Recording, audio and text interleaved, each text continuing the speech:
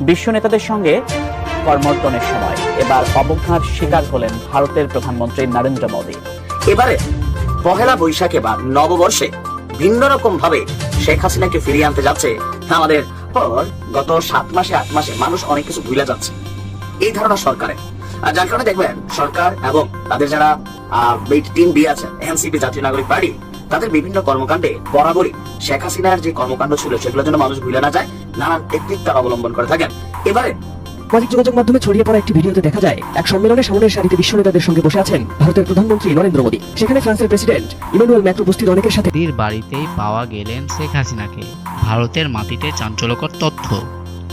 আজ ভারত জুড়ে চাঞ্চল্যের সৃষ্টি উঠেছে।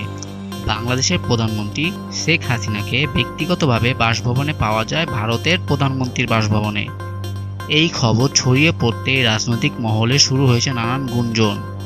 ভারতের প্রধানমন্ত্রী মোদীর দিল্লির 7 লোকাল কেল্লায় মার্গের বাড়িতে শেখ হাসিনাকে দেখা যায়, যেখানে দুই নেতার মধ্যে একান্ত বৈঠক অনুষ্ঠিত হয়েছে।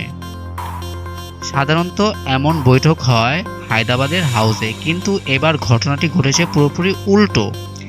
কি এমন আলোচনা হয়েছে ওই গোপন বৈঠকে? সূত্র বলছে ওই বৈঠকে আলোচনা হয়েছে দ্বিপাক্ষিক নির্বাচন ও নিরাপত্তা ইস্যু নিয়ে, ভারতের সম্পর্কে বাংলাদেশের সম্পর্ক নিয়ে। বিশেষজ্ঞদের মতে শেখ হাসিনাকে দেশের বাড়িতেই দেখতে চান ভারতীয় নাগরিকরা। প্রিয় দর্শক, আপনি কি চান তা অবশ্যই জানান কমেন্টে।